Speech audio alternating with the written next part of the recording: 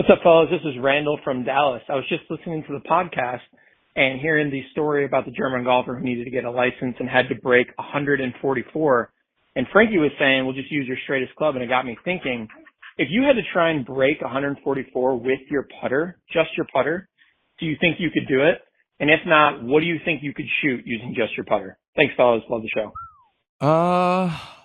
I think I could do it, depending on the golf course, obviously. Like if you went out to Bandon Dunes, you could do it easily. What happens if you hit one into a pop bunker? You take an unplayable? Yes, you could. Probably wise. You know, take unplayable and just go back as far as you can on line with the pin and just be like, I'm just going to putt it from here. Like 144 is a lot. If it was like 100, no, not even close. But I think 144, again, if you had like a Linksy style course, if you're down in Florida or something where you got to carry a bunch of water, like even if there's a 100-yard carry, like you're not going to be able to do that probably, or it would take you $1 million and you have to get lucky. So it really kind of depends on the course. But I think in general, 144 is a lot. I'm not saying it's a layup, but I think you could do it at a lot of courses. I think if you didn't care about your putter and you could swing it like a driver, you'd be able to like maybe do it. Some guys do that really well. They tee it up like a little bit and they just hammer putter. I don't know if you've ever seen it, but Garrett Clark on Good when we were in Hawaii. No, Abaco. That was in the Bahamas. He did it.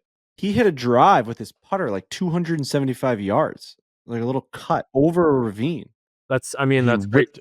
So the hockey guys were talking about, they were having a debate about before the Masters. If you were put on the furthest point on the green away from the hole at the Masters, could you win the tournament?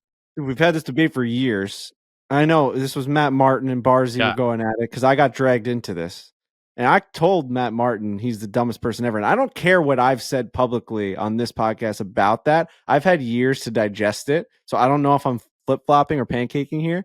I think if you don't think that you can win the Masters from the edge of the green, you're a moron. That was my first reaction too. He's like, it's impossible. I'm like, dude, I had to call. He called me. And I'm like, you still have arms and like eyes and like legs. Like you're still a human being. So like, he's like, it's impossible. I'm like, it's still a golf course. Like guys are still getting the ball in the hole. I know they're the best in the world, but you're also eliminating the hardest parts of like navigating that golf course, which is like landing it in the right areas. All these things. You get to putt these balls to like 20-foot areas and then just two putt from there. And like the worst you'll do is make a 4 on every. I mean, come on, dude. Even if you make a 6, you're gonna torch the par 5s. Yeah, you could albatross these things.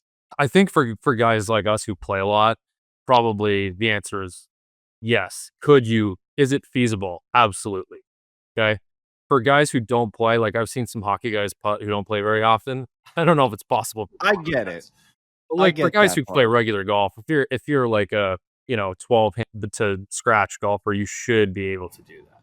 I mean, you really should. If you 3-putt every hole, you win the Masters by like 30 shots. Yeah.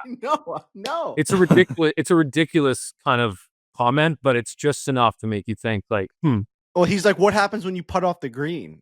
I was like, you just putt back. I don't know. Like you just like get it back up on the green. Even if you make a 7. You 7-putt, you're going to make those strokes up. He also goes, I putted into one bunker. I'm disqualifying myself.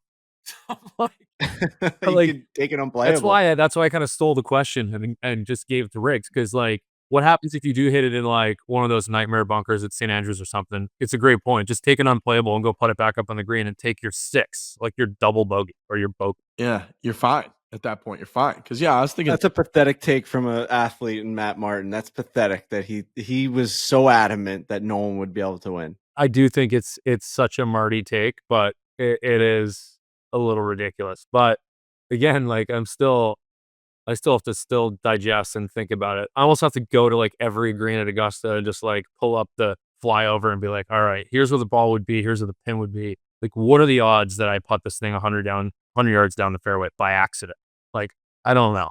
I mean, I get like 15, you could like putt it in the water. Yeah. Like relatively easy. Like if you didn't know anything about the green.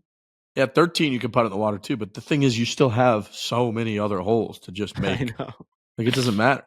Even if you putt in the water, Frankie, and then you're hitting your third, and I don't know if you could chip or if you don't have your putt, but like chipping it onto the green, hitting your third, you might still be able to make birdie. It's par 5.